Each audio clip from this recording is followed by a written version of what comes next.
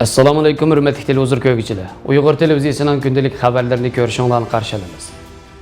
Qochtish tijoratining sarkisi, to'nilgan korxonachi Ali Abdullahning muddatsiz kesib o'tilganligi dalillandi. Amerika prezidentlik kandidatlarining televiziya munozirasida Uyg'ur masalasi tilga olindi. Xitoy bilan Turkiya tarixiy ipak yo'lini qayta jonlantirish uchun ko'rishlarni davomlashtirmoqda. Hong Kongda Uyg'urlarni qo'llash namoyishi o'tkazildi. Tövəndə dehqonlar xəbərlərimizdən təfsili məzmunlarda bo'lsin. Erkin Asiya radiosi xabarida qochtish savdo sohasi to'lingan sarka, jamiyatda Ali Xurazab nomlangan iqtidorli korxonachi, Shinjon qochtish o'yinlik shirkatining bosh direktori, Xotan shahar ichidagi kechlik bozor qatorliq bir qancha o'rindagi katta muqim mulklarning sohibi Ali Abdullahning muddatsiz qamoq jazosiga kesib o'tilganligi dalillangan. Sodada bozorni mo'ljallashdagi o'tkirligi, xatarga tavakkul qilishdagi jasorati, har soha kishilari bilan munosabat qilishdagi moyilligi bilan jamiyatga keng to'nilgan va qochtish sodasida favqulodda utuq qozongan Ali Abdullahning tutqun qilinishi 2016-yilning o'rta oxirlari jamiyat xabarlarida nihoyat tez va keng tarqalgan. Ammo 2017-yildan keyin jiddiy vaziyat sababli Ali Abdullahning oqibati haqida hech qanday uchur bo'lmagan. Bu vaqtda Erkin Asiya radiosi ilib olgan bir qator aniqlashlarni natijasiz qolgan. Vaziyatdan xabardor kishilardan biri 3 oy avval Erkin Asiya radiosiga yozma uchur yo'llab Ali Abdullahning muddatsiz kesib o'tilganligini ma'lum qilgan va uchurning paketi sifatida Ali Abdullah ustidan chiqarilgan bir sud hukmnomasining ko'paytirilgan nusxasini yo'llab bergan. Muxbirning telefon ziyoratini qabul qilgan aloqador xodimlar Ali Abdullah haqida so'z qilishdan o'zlarini tortgan. Mazkur sud hukmnomasida Ali Abdullahning qonunsiz qon ichish qatorliq 4 xil jinoyat bilan ayblanib, muddatsiz kesib o'tilganligi qayd qilingan. Xotan viloyatlik o'tir xalq sud mahkamasining bir xodimi Ali Abdullah delosi haqida gap qilishni rad qilgan bo'lsa-mu, deloning yuz berganligini inkor qilmagan.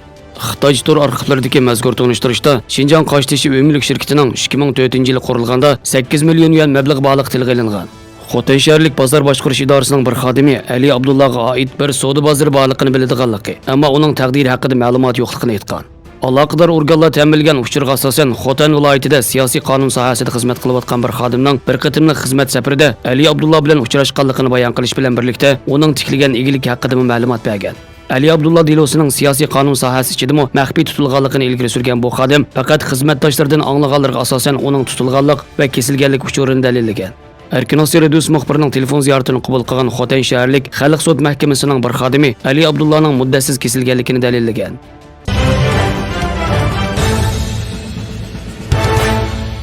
Hong Kongdagi bir qism tashkilotlar 22 dekabr bugungi Shinjon Etic Hong Kong degan temada Uyg'urlarning kishilik huquqini qo'llash yig'ilishi o'tkazdi. Sharq Turkiston mustaqilligining simvoli bo'lgan oy yulduzli ko'k bayrog'ini ko'targan Hong Kongliklar Xitoyning Sharq Turkistondagi irqiy qirg'inchilikqa qarshi namoyish o'tkazdi. Bu vaqtda Sharq Turkiston informatsion markazining raisi Abdulil Qarqash o'zlarining hayot xavfiga qaramay Sharq Turkistonning davlat bayrog'ini ko'tarib namoyish qilish Hong Kongliklarning erkinlik bo'lgan intilishining naqadar yuqori ekanligini ko'rsatib berdi. Hong Kongliklarning jasoratiga rahmat dedi. Şunun bilan bir vaqtda 20 dekabr Türkiye miqyosida Xitoyga qarshi yurish va bayonot e'lon qilish faoliyati o'tkazildi. Faoliyatni Türkiye insoniy yordam vaqfi tashkillangan bo'lib, Turkiyaning 81 viloyat va shaharlardagi sho'balari xalqni boshlab, kech soat 7:30da birdek ko'chalarga chiqib, Xitoyning Sharq Turkiston xalq ustidan yurgizayotgan bostirish jinoyatiga qarshi yurish qildi va bayonot e'lon qildi. Shundaqla Kanada Sharq Turkiston jamiyatining ayollar mudiri Tunsa qiz 20 dekabr Kanadaning Vancouver shahridagi bir mehmonxonada Xitoylarning ichayotgan yig'iniga qarshi namoyish o'tkazdi. Bu namoyishga Kanada parlament a'zosi John Wei qatnashib qo'lladi. Namoyishchilar Vancouverdagi Xitoy elchixonasining almashtirilib etishi va Uyg'urlardan apu so'rash qatorliq talablarni o'tirib qo'ydi.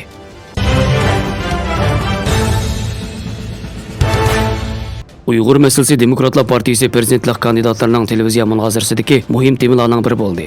Demokratlar partiyasining oldin qatordagi kandidatlardan biri bo'lgan sobiq muavin prezident Jo Bayden Xitoyning Uyg'urlarni lagerlarga qamaganligini qabul qilishga bo'lmaydiganligini bildirdi. 2020-yillik prezidentlik saylimi nomzodlik uchun o'zini ko'rsatgan Demokratlar partiyasi kandidatlarining 6-navbatlik televiziya munozarasi 19 dekabr kechqurun Amerikaning Los Angeles shahrida o'tkazilgan.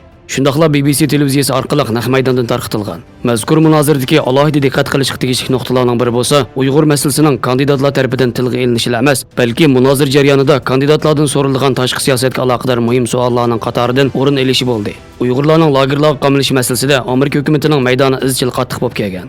Muavin prezident Mike Pence va yoki tashqi ishlar ministri Mike Pompeo bo'lsin, ular bu masalada Xitoyni izchil qattiq tanqidlash bilan birga Xitoyning lagerlarni darhol taqashga chaqirib kelgan. Holbuki bu masalaga prezident Trump shaxsan fikr bildirib baxmagan.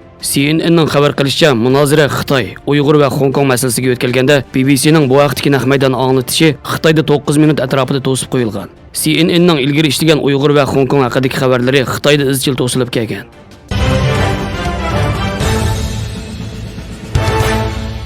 Xitoy bilan Turkiya tarixiy İpek yo'lini qaytadan jonlantirish uchun ko'rishishlarni davomlashtirmoqda. Bu loyiha Jungo bilan Yevropani tutashtiradigan eng tez quruqlik liniyasi.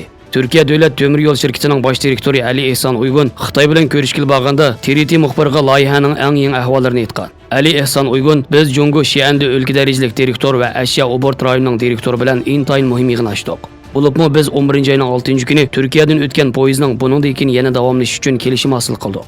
Shundaqla 2020-yilda taxminan 300 poyezd bilan bu transportni davomlashtiramiz. Keyingi 3-4 yilda bizning nishonimiz 1000 dan ortiq poyezdning Turkiyadan o'tishiga kapolatlik qilish. Bir balvoq bir yo'l loyihasi yaqin yillardan buyon Jungoning eng chong diplomatiya siyosatiga aylanib, quruqlik yo'l orqali Jungo bilan Yevropani tutashtirishni maqsad qilgan. Turkiyaning markaziy koridor ismi berilgan loyihasi Ipak yo'l orqali Yevropaga boradigan eng qisqa, eng tejashli yo'l deb atalgan. Uygun so'zida yana tunji eksport poyezdining Turkiyadan o'tadiganligini aytib mundaq dedi. Loyihada yana Turkiyadagi vokzallarda texnik ko'p mol eksport qilinish planlanyapti.